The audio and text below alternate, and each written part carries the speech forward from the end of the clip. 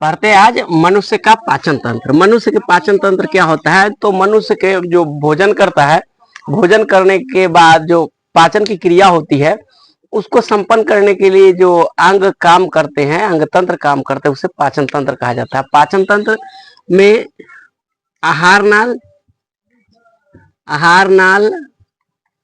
पाचक रस, और पाचक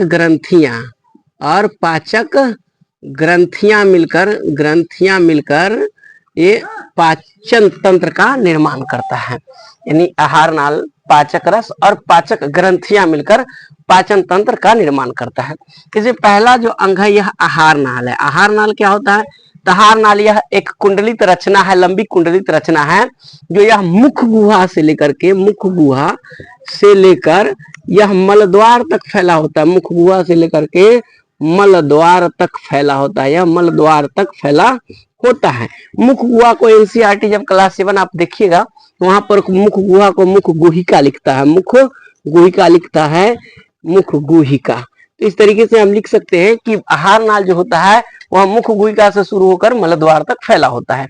यह मुख गुहिका, और इसकी जो लंबाई होती है टोटल, ये आहार नाल की जो अगर लंबाई की बात की जाए तो यह 8 से 10 मीटर लंबी होती है मुख गुहा। इसके बाद अगर बात किया जाए कि ये आहार नाले में कि कौन कौन से भाग आएंगे मुख गुहा से मलद्वार तक और कौन कौन चीज आते हैं, तो लंबाई की बात कर लिए कि मुख गुहा की लंबाई जो होती है 8 से 10 मीटर होती है। मुख गुहा के बाद दूसरा जो भाग आता है यह ग्रसनी आता है, ग्रसनी। इसके बाद का जो भाग आता है, अंग जो होता है, वह ग्रास नली होता है, ग्रास नली। इसके बाद का जो भाग आता है यह ग्रास नली के बाद का जो भाग आता है होता है आमाशय, और इसके बाद वाला भाग जो आता है इसको छोटी आंत या फिर क्षुद्रांत कहते हैं। इसी को क्षुद्रांत, एनसीईआरटी जब देखिएगा क्षुद्रांत इसको लिखता है। और इसके बाद जो आता है यह बड़ी आंत होती है, बड़ी आंत। और बड़ी आंत को ही बृहद्रांत भी कहा जाता है, इसको बड़ी आंत को बृहद्रांत लिखता है। और उसके बाद आता है मलद्वार, मलाशय। इसके बाद वाला जो भाग होगा यह मलाशय होगा, और मलाशय के बाद यह इसको रेक्टम भी कहा जाता है। मलाशय के बाद यह मलद्वार होता है, और मलद्वार के बाद ये भोजन जो अपचे भोजन होता है मलद्वार से मल के रूप में बाहर निकाल जाता है। पहला बात कर ले मुख गुहा। यह आहार नाल का सबसे प्रथम भाग होता है। आहार नाल का प्रथम भाग जो होता है यह मुख गुहा होता है, या मुख गुहिका कह लीजिए, ये होता है। ये मुख गुहा में कौन कौन अंग पाए जाते हैं? तो मुख गुहा में दांत पाए जाता है और जीभ पाए जाता है, जीभ। और इसमें लार ग्रंथियां भी पाई जाती है, लार ग्रंथियां। ये लार ग्रंथियां, ये 3 चीजें पाई जाती है कहाँ? तो यह मुख गुहिका में या मुख गुहा में पाए जाते हैं। इसको बंद करने के लिए, मुख गुहा को बंद करने के लिए 2 मांसल ओठ होते हैं। अब बात कर ले दांत।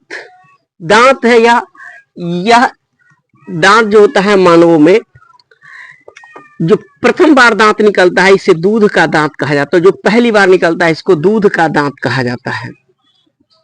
और जो दूसरी यह जो दांत, दूध का दांत होता है, यह 8 से 10 बरस तक के जो बच्चे होते हैं उसके बाद यह दांत झड़ के गिर जाते हैं। उसके बाद जो दूसरा दांत आता है यह, इसको हम लोग अस्थाई दांत कहते हैं, या यह अस्थाई दांत कहलाता है।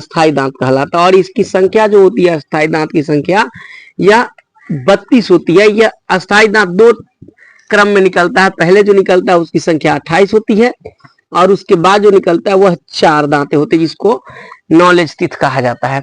अब बात कर ले दांत के भाग। तो पहला भाग इसका जौर कहलाएगा, फिर दूसरा इसका जो होगा वह सिर या शिखर कहलाएगा, और गर्दन या ग्रीवा। ये तीनों बात करते हैं गर्दन या ग्रीवा ये होता क्या है दांत में। दांत का वह भाग जो मसूड़े के अंदर धंसा होता है, दांत का वह भाग जो मसूड़े के अंदर धंसा होता है वह जड़ कहलाता है। दांत का वह भाग जो मसूड़े से ऊपर होता है यह गर्दन या ग्रीवा कहलाता है। और दांत का वह भाग जो जड़ और सिर या शिखर के बीच का भाग होता है यह गर्दन या ग्रीवा कहलाता है, गर्दन या ग्रीवा कहलाता है। दांत का जो अधिकांश भाग तैयार होता है यह डेंटाइन तैयार करती है। दांत का अधिकांश भाग डेंटाइन तैयार करती है। और दांतों को जो सुरक्षा प्रदान करता है यह दांत का इनामेल, दांत का इनामिल दांत को सुरक्षा प्रदान करता है। यह बहुत ही चमकीला होता है, चमकीला, हल्के पीले और पूरा चमकीला होता है, जिसके कारण आंख को सुरक्षा मिलती, दांत को सुरक्षा प्राप्त होती है। उसके बाद बात करें तो दांत के प्रकार, दांत जो होते हैं वह टोटल 4 प्रकार के होते हैं। दांत टोटल 4 प्रकार के होते हैं। पहला जो होता है इसको हम लोग इंसाइजर कहते हैं, इंसाइजर, इंसाइजर। दूसरा जो होता है, दूसरा जो होगा वह कैनाइन कहलाएगा, कैनाइन।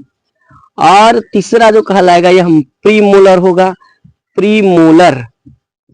और चौथा प्रकार जो होगा यह मोलर होगा, मोलर। इंसाइजर का कार्य जो होता है यह कुतरने का, भोजन को कुतरने का कार्य इंसाइजर करता है, भोजन को कुतरने का कार्य इंसाइजर करता है। कैनाइन भोजन को, जो खाद्य पदार्थ लेते उसको चीरने फाड़ने का कार्य जो करता है यह कैनाइन करता है। प्रीमोलर जो होता है यह और मोलर मिलकर के भोजन को चबाने का यानी पीसने का कार्य करता है। अब इसकी बात करें, इसके बाद जो होता है, ये दांत के जो हम प्रकार देख लिए, इसके बाद आता है कि दांत जब हम लोग भोजन करते हैं तो मुंह में कई प्रकार के बैक्टीरिया पाया जाता है। हम लोग जो भोजन लेते हैं उस भोजन में शक्कर पाया जाता है, खास करके जो चॉकलेट होता है, बिस्किट होता है, उसमें शक्कर पाया जाता है और वह बैक्टीरिया भोजन के शक्कर पर अभिक्रिया करता है और अभिक्रिया करने के बाद एक परत जम जाती है। जब हम दांतों को अच्छी तरह से नहीं साफ करते हैं तो यह एक अस्थायी परत बन जाती है, जिसको दंत प्लांक कहा जाता है। और यह जो चूंकि हम लोग जानते हैं कि मुंह का जो पीएच मान होता है वह हल्का अम्लीय होता है और इसी अम्लीयता के कारण हम लोग जो टूथपेस्ट लेते हैं उसकी भी प्रकृति हल्की क्षारीय होती है। अगर मुंह का पीएच मान जो होता है, मुंह का पीएच मान 5.5 से अगर पीएच नीचे चला जाए तो वह मुंह जो हो जाता है वह अम्लीय होता है। ऐसी परिस्थिति में मुंह से बदबू आना या बहुत सारे कारण होते हैं, जिसको पैरिया भी कहते हैं। और कभी कभी ऐसी स्थिति होती है ये जो अम्ल जो बनता है मुंह में या अम्लीयता के कारण दांत का इनामेल खत्म हो जाता है, यानी दांत का इनामेल कमजोर पड़ जाता है, जिसके कारण दांतों में छिद्र बन जाता है। इसको दंत अस्थिक्षय रोग कहते हैं। इसके बाद अगला जो भाग आता है, हम दांतों के बाद बात कर लेते हैं कि जीभ। तो जीभ जो होता है मानव में, यह ऊपरी और निचली दो ठो हम लोग जानते हैं कि मानव में जो जबड़ा होता है, मुगुआ में जबड़ा ऊपरी और निचली जबड़ों में बैठा होता है। निचली जबड़े के फर्श पर जीभ पाया जाता है, निचली जबड़े के फर्श पर जीभ पाया जाता है। यह एक मांसल रचना होती है और इसका जो पिछला सिरा होता है वह फर्श से जुड़ा होता है और अगला सिरा जो होता है यह अगला सिरा स्वतंत्र होता है। जीभ पर महीन महीन महीन महीन बहुत सारे अंकुर पाए जाते हैं, इसको रसांकुर कहा जाता है, इसको रसांकुर कहा जाता है, इसको रसांकुर कहते हैं। यह जो महीन महीन, या इसको स्वाद कलियां भी कहते हैं, इसको स्वाद कलियां भी कहा जाता है, स्वाद कलियां भी कहा जाता है। दूसरा है कि इस जीव के जो कार्य है, पहला कार्य जो हो जाएगा इसका, जीव का कार्य पहला, यह स्वाद का पता लगाना होता है, स्वाद का पता लगाना,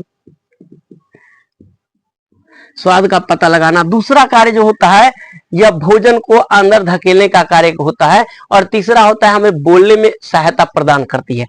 अब इसका जो हम पहला कार्य देख रहे हैं, स्वाद का पता लगाना, स्वाद का जो यह पता लगाता है, कैसे लगाता है, किन किन क्षेत्रों से होता है। हम जो ये आगे वाला भाग जीव का जो दिख रहे हैं, अगला भाग, यह मीठा स्वाद का पता लगाता है, जबकि ये वाला भाग जो होगा, ये बीच वाला, ये दोनों, ये जो क्षेत्र होता है यह नमकीन भाग का पता लगाता है, नमकीन स्वाद का संवेदना देता है। और ये बीच वाला भाग जो होता है यह खट्टा स्वाद का पता लगाता है, जबकि सबसे पिछला सिरा जो होता है, सबसे पीछे का सिरा जो होता है, यह कड़वा स्वाद का पता लगाता है। कड़वा स्वाद का जो संवेदना होती है जीभ के इसी भाग से होती है। तो जीभ के बारे में बात लिया। हम लार ग्रंथि की बात करें तो मानव के मुंह में यानी मनुष्य के मुंह में 3 जोड़ी लार ग्रंथियां पाई जाती है, 3 जोड़ी लार ग्रंथियां पाई जाती है। लार ग्रंथि को लाला ग्रंथि भी कहते हैं, लार ग्रंथि को लाला ग्रंथि भी कहा जाता है, लाला ग्रंथि भी कहा जाता है। यह 3 जोड़ी लार ग्रंथि यानी 6 होते हैं टोटल, जिसमें सबसे बड़ी ग्रंथि जो होता है यह पैरोटिड होता है, सबसे बड़ी ग्रंथि पैरोटिड होता है, सबसे बड़ी ग्रंथि ये पैरोटिड कहलाता है, सबसे बड़ी ग्रंथि इसका पैरोटिड कहलाता है, पैरोटिड, सबसे बड़ी लार ग्रंथि यह पैरोटिड होता है। सैलिवा, पूरे दिन भर में एक मनुष्य के मुंह में सैलिवा यानी लार का जो स्राव होता है वह 1.5 लीटर होता है। और जिस वक्त जब हम सूखे पदार्थ खाते हैं उस वक्त लार का स्राव अधिक बढ़ जाता है। ये लार जो होती है, जो पैरोटिड होते हैं, दो अन्य ग्रंथि होता है, सब बॉडी बुलर और सब लिंगुअल, उसके द्वारा सैलिवा का स्राव होता है। जो लार होती है इसका कार्य होता है भोजन को चिपचिपा बनाना।